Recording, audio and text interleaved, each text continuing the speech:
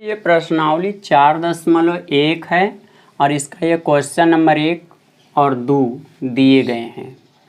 इन दिए गए प्रश्नों में सारणी का मान ज्ञात करना है। तो सारणी का मान ज्ञात करने के लिए सबसे पहले आपको ये ज्ञात होना चाहिए कि सारणी जो है वो कौन सी क्रम की है। कहने का मतलब उसमें कितनी पंक्तियां और कितने स्तंभ हैं।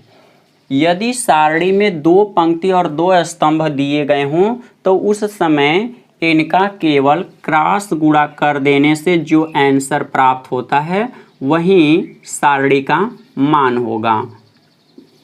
तो क्रॉस गुणा में आप जानते हैं कि पहला गुणा नीचे की तरफ, दूसरा गुणा ऊपर की तरफ होता है, परंतु इनके बीच में माइनस चिन्ह होता है। यही नियम यदि सारणी में 3 पंक्ति और 3 स्तंभ हों तब भी लगाया जाता है, परंतु उस समय एक चीज़ और ध्यान देने की बात होती है कि जो पहली पंक्ति होती है उसके सापेक्ष जब प्रसार करेंगे तो उसमें जो पहला अवयव होता है वो प्लस होता है, दूसरा वाला जो अवयव होता है वो माइनस होता है और इसके बाद जो तीसरा अवयव होता है वह पुनः प्लस चिन्ह के साथ लिखा जाता है, परंतु क्रॉस गुणा यही नियम होता है। तो यहाँ पर ये जितनी भी पंक्तियाँ दी गई हैं या स्तंभ दिए गए हैं वे सभी 2 गुणे 2 क्रम के हैं दोनों क्वेश्चनों में। तो हम लोग इसे हल करेंगे क्रॉस गुणा करके। तो 2 का गुणा जब -1 में आप करेंगे तो -2 प्राप्त होगा और बीच में माइनस चिन्ह। -5 का गुणा +4 में करेंगे तो माइनस में 20 प्राप्त होगा। अब माइनस और माइनस का गुणा प्लस 20 में से -2 को जब यहाँ पर हल करेंगे तो प्लस में 18 प्राप्त होगा। इसी तरह सब क्वेश्चन नंबर 2 का पहला भाग जब हल करेंगे तो cos थीटा का गुणा cos थीटा में करेंगे तो cos स्क्वायर थीटा, बीच में माइनस चिन्ह। साइन थीटा का गुणा माइनस साइन थीटा में करेंगे तो माइनस साइन स्क्वायर थीटा हो जाएगा। माइनस माइनस का गुणा करने पर प्लस हो जाएगा। अब इसके बाद आप फार्मूला जानते हैं, sine square theta plus cos square theta बराबर होता है 1। तो ये पहले वाले भाग का हल हुआ। इसी तरह से इसका दूसरा भाग जब हल करेंगे तब भी क्रॉस गुणा करना है। तो यहाँ पर लिखेंगे x square minus x plus 1, इसमें गुणा करना है x प्लस 1 का। दूसरा वाला जब गुणा होगा तो इसके पहले माइनस चिन्ह लगाएंगे। x प्लस 1 का गुणा होगा x माइनस 1 में। इसके बाद आप इसको हम लोग फार्मूले के रूप में लिखेंगे। तो फार्मूला आप जानते हैं AQ प्लस BQ, इतना यदि होता है तो इसके बराबर लिखा जाता है A square minus AB plus B square, एक ब्रैकेट में इंटू अगले ब्रैकेट में होता है A प्लस B।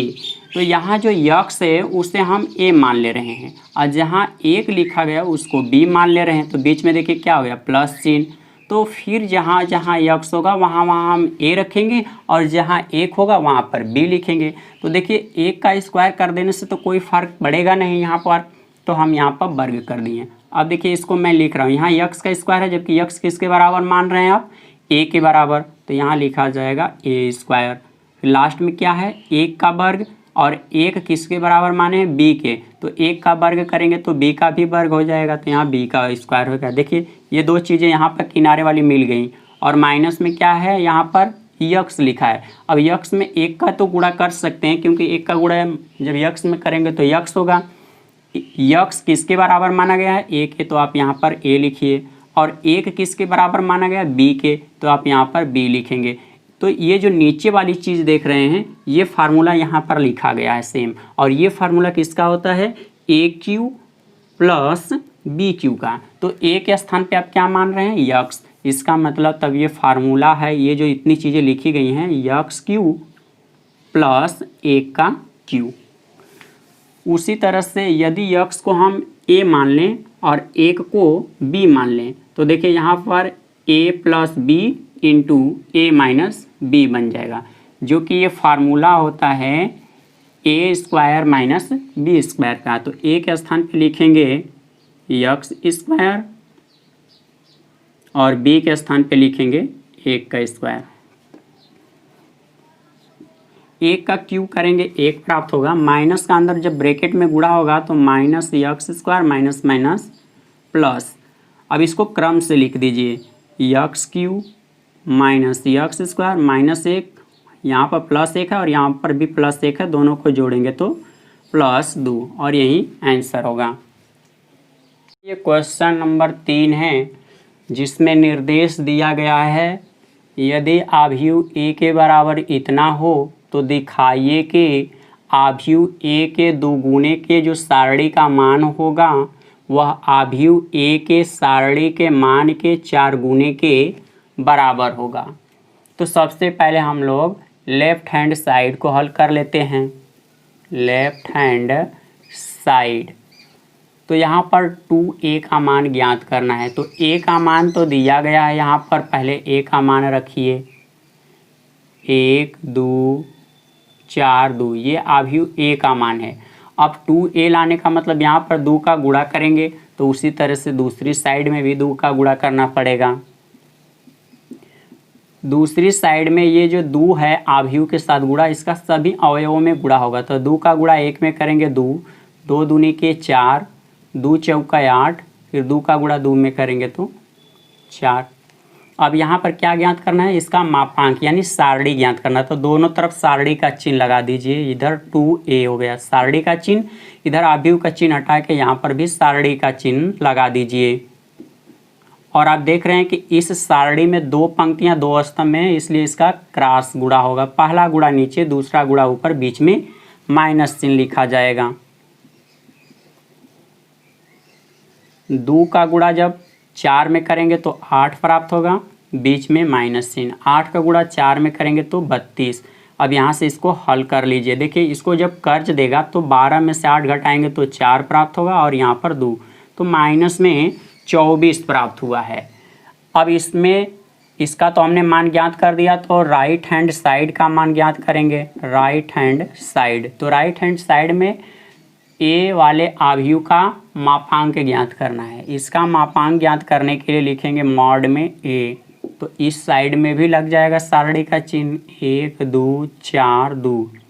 अब इसके सारणी का जब मान निकालेंगे तो यहाँ पर भी क्रॉस गुणा, 1 का गुणा 2 में करेंगे 2, बीच में माइनस चिन्ह। 4 का गुणा 2 में करेंगे 8 हो जाएगा, जब घटाएंगे तो माइनस में 6 प्राप्त होगा। अब आप देखिए कि इसमें क्या किया गया, यहाँ पर 4 का गुणा किया गया, लिखेंगे इसलिए 4 इंटू, इस तरह से सारणी में ए का मान लिख देंगे। तो बाएं साइड में जब 4 का गुणा करेंगे तो दाएं साइड में भी होगा, तो 4 गुणे माइनस 6, जब गुणा करेंगे तो माइनस 24। अब देखिए यहाँ पर जो आव्यूह ए के दुगुने की जो सारणी का मान है वो भी माइनस 24 है, और आव्यूह ए के सारणी का जो मान निकालें उसमें जब 4 का गुणा करें तब भी माइनस 24, तो दोनों साइड क्या हो जा रही है, बराबर। तो लिखेंगे लास्ट में इसलिए लेफ्ट हैंड साइड बराबर राइट हैंड साइड, यानी ये सिद्ध हो गया कि दोनों आपस में बराबर हैं।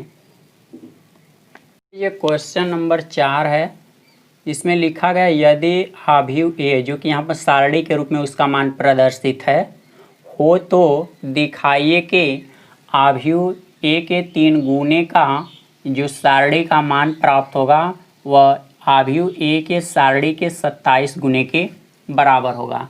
तो आप पहले लेफ्ट हैंड साइड को या तो राइट हैंड साइड को हल कर लीजिए, क्योंकि हल तो दोनों को ही करना है।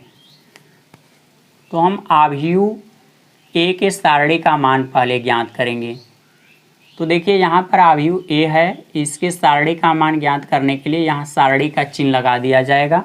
तो जब एक साइड में सारणी का चिन्ह लगेगा तो उसके बराबर जो संख्या लिखी होगी उसका भी सारणी का चिन्ह लगाया जाएगा। तो यहाँ पहले से सारणी का चिन्ह है, इसलिए इसको हम केवल न्यूनतम रूप में हल करेंगे, यहाँ दोबारा सारणी का चिन्ह नहीं लगाया जाएगा।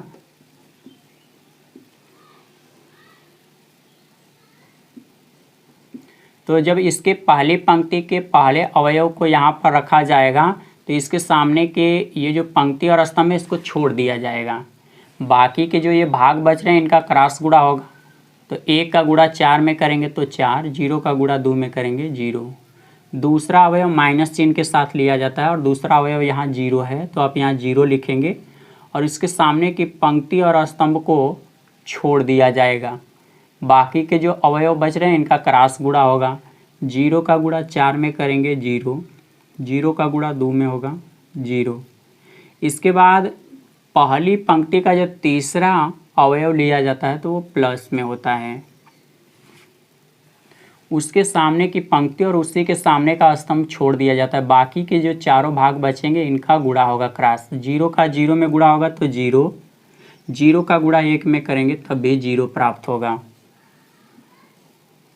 1 का गुणा जब 4 में करेंगे तो 4, यहाँ 0 का गुणा पूरे ब्रैकेट में होगा 0, यहाँ भी पूरा ब्रैकेट 0 हो रहा है और उसमें 1 का गुणा करेंगे तो 0। इसका मतलब बस इतना प्राप्त हो रहा है। लेकिन इसमें देखिए 27 का गुणा करना है तो दोनों तरफ 27 का गुणा कर दीजिएगा।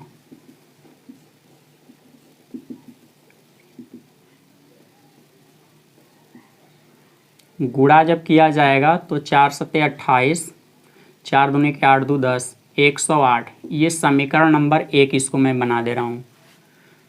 इसके बाद अब इसे हल करना है तो सबसे पहले दोनों साइड में 3 का गुणा कर दीजिए। यहाँ पर लिखेंगे पुनः 3 × a, तो इधर लिखा जाएगा 3, 0, 1 ऐसे करके जितने अवयव दिए गए हैं उनको लिख दीजिए।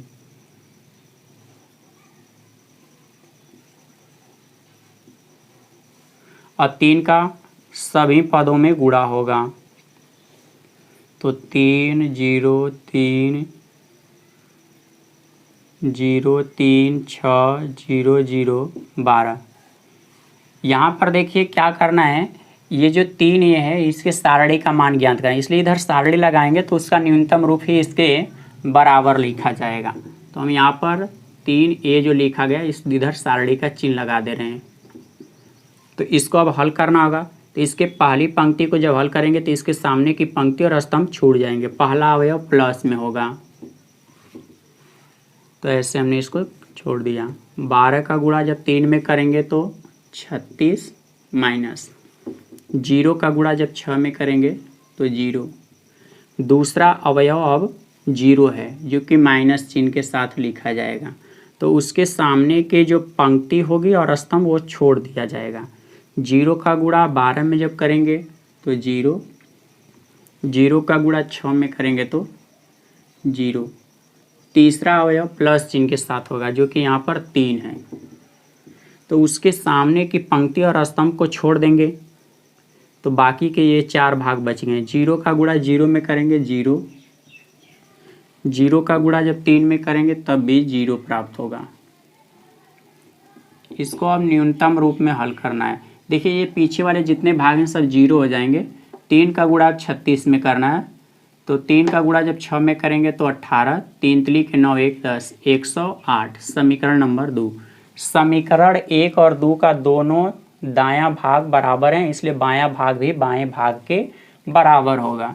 तो लिखा जाएगा समीकरण 1 तथा 2 से 3a का जो मापांक होगा वह 27 × ये सिद्ध हुआ। देखिए ये क्वेश्चन नंबर 5 है जिसमें लिखा है निम्नलिखित सारणिकों का मान ज्ञात कीजिए। मतलब ये जो सारणी दी गई हैं इनमें इनको न्यूनतम रूप में हल करके इनका मान ज्ञात करना है। तो सबसे पहले हम इसके पहले वाले भाग को हल करेंगे। पहला भाग दिया गया है 3 -1 -2 0 0 -1 3 -5 0। ये सारणी के अवयव हैं। जब इसको हल करेंगे तो सबसे पहले पहली पंक्ति का ही प्रसार किया जाएगा। तो इसका पहला अवयव जब इसको लेंगे तो प्लस में होगा। इसके सामने की पंक्ति और स्तंभ को छोड़ देंगे, बाकी अवयवों का गुणा होगा। 0 का 0 में गुणा होगा तो 0, बीच में माइनस चिन्ह होती है। -5 का गुणा -1 में करेंगे तो +5। और दूसरा अवयव जब लिया जाता है तो माइनस में होता है और यहाँ पर पहले से माइनस में है तो माइनस और यहाँ पर भी माइनस है, तो दोनों को हल करने पर +1 हो जाएगा। अब इसके सामने की पंक्ति और उसी के सामने का स्तंभ छोड़ दिया जाएगा। बाकी जो ये 4 अवयव बच रहे हैं इनका क्रॉस गुणा होगा। 0 का 0 में गुणा होगा तो 0, 3 का गुणा -1 में करेंगे तो -3, और -3 को जब यहाँ पर रखेंगे तो उसके पहले से माइनस है तो यहाँ पर +3 हो जाएगा। तीसरा अवयव प्लस चिन्ह के साथ लिखा जाता है, यहाँ पर प्लस रहेगा, लेकिन जब -2 को यहाँ रखेंगे तो गुणा होने पर ये -2 हो जाएगा। उसके सामने की पंक्ति और उसी के सामने का स्तंभ छोड़ दिया जाएगा, बाकी अवयवों का गुणा होगा। यहाँ जब गुणा करेंगे तो 0, 3 का गुणा भी 0 में होगा तो 0, यहाँ पर 3 बचेगा, 3 का गुणा 1 में करेंगे तो 3, ये तो भाग 0 हो जाएगा। -5 का गुणा जब +3 में करेंगे तो -15, जब इसको घटाएंगे तो -12 प्राप्त होगा। ये पहला भाग का हल है। इसका जब दूसरा भाग आप हल करेंगे तो दूसरे भाग को यहाँ पर लिख दीजिए, 3 - 4 5 1 1 -2 2 3 1, ये उसके अवयव हैं। तो इसको भी ठीक पहले वाले भाग की तरह हल होगा। इसकी पहली पंक्ति का प्रसार जब करेंगे तो इसका पहला अवयव जब लिया जाएगा तो वो प्लस चिन्ह के साथ होगा। इसके सामने की पंक्ति और स्तंभ को छोड़ दिया जाएगा। ऐसे छूट गया तो 1 का गुणा 1 में करेंगे तो 1, बीच में माइनस चिन्ह होता है। 3 का गुणा -2 में करेंगे तो -6, और यहाँ पर भी माइनस है तो प्लस हो जाएगा। दूसरा अवयव माइनस चिन्ह के साथ लिखा जाएगा, यहाँ माइनस है और माइनस रखेंगे भी तो ये +4 हो गया। अब उसके सामने की पंक्ति और स्तंभ को छोड़ दे रहे हैं तो 1 का गुणा 1 में होगा तो 1, 2 का गुणा -2 में करेंगे तो -4 होगा, और यहाँ पर रखेंगे तो +4।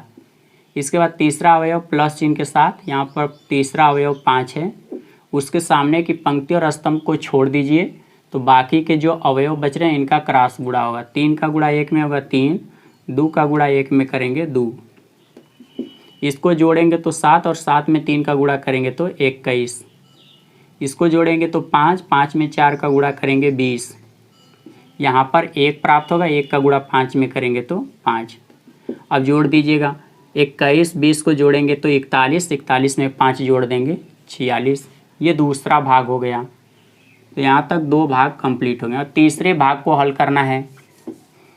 तीसरा भाग जब हल करेंगे तो उसे भी ठीक इसी तरह से पहले यहाँ पर हम लोग लिखेंगे उसके अवयवों को, 0 1 2 -1 0 -3 -2 3 0 हैं।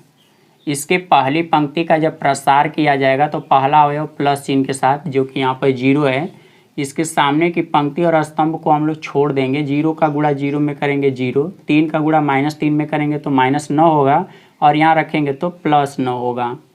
दूसरा अवयव माइनस चिन्ह के साथ लिखा जाएगा, जो कि यहाँ पर 1 है। उसके सामने की पंक्ति और स्तंभों को आप छोड़ देंगे। -1 का गुणा 0 में करेंगे 0, -2 का गुणा -3 में करेंगे तो +6 होगा। तीसरा अवयव प्लस चिन्ह के साथ, जो कि वहाँ पर ऊपर 2 है, उसके सामने की पंक्ति और स्तंभ को छोड़ दीजिए। -1 का गुणा जब 3 में करेंगे तो -3, -2 का गुणा 0 में करेंगे तो 0, ये पहला भाग 0 हो जाएगा।